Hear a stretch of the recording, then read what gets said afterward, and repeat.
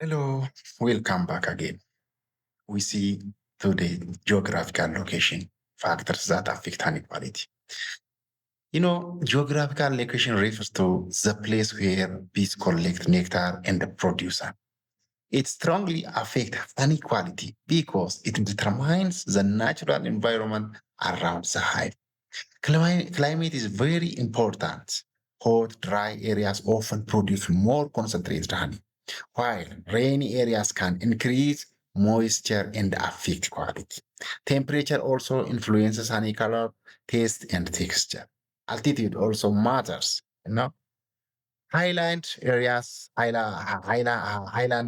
usually have cooler temperatures and diverse wild plants, producing more aromatic and high quality honey. Lowland areas often give more uniform honey with less diversity. Vegetation type is another key factor. Areas with many different flowers produce rich flavored honey, while single crop areas produce specific monofloral honey like eucalyptus or acacia. Soil and environmental conditions also affect honey quality.